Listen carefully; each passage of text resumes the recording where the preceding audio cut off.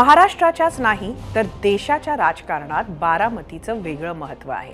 2014 लोकसभेपासून मोदींच्या भाजपनं बारामती काबीज करण्यासाठी भरपूर प्रयत्न केले, मात्र मोदी लाटेतही त्यांना यश आलं नाही। गांधींचा गड असलेल्या अमेठीत भाजपनं राहुल गांधींना हरवून दाखवलं, मात्र बारामती त्यांच्या टप्प्याबाहेरच राहिली। लोकसभेला पवार कुटुंबातच लढत झाली। शरद पवार की अजित पवार असं धर्मसंकट बारामतीकरांसमोर पहिल्यांदाच उभं राहिलं। साहेबांनी इतकी वर्ष दुखावलं नाही, आता या वयात कशाला दुखवायचं अशी चर्चा बारामतीत होती।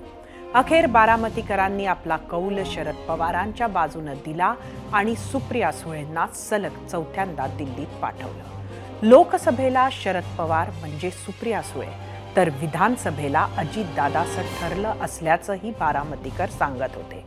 मात्र या समीकरणाला धक्का देण्याचं शरद पवारांनी मनात पक्क केलं असावं असं आजची त्यांची तयारी बघून तरी वाटतंय।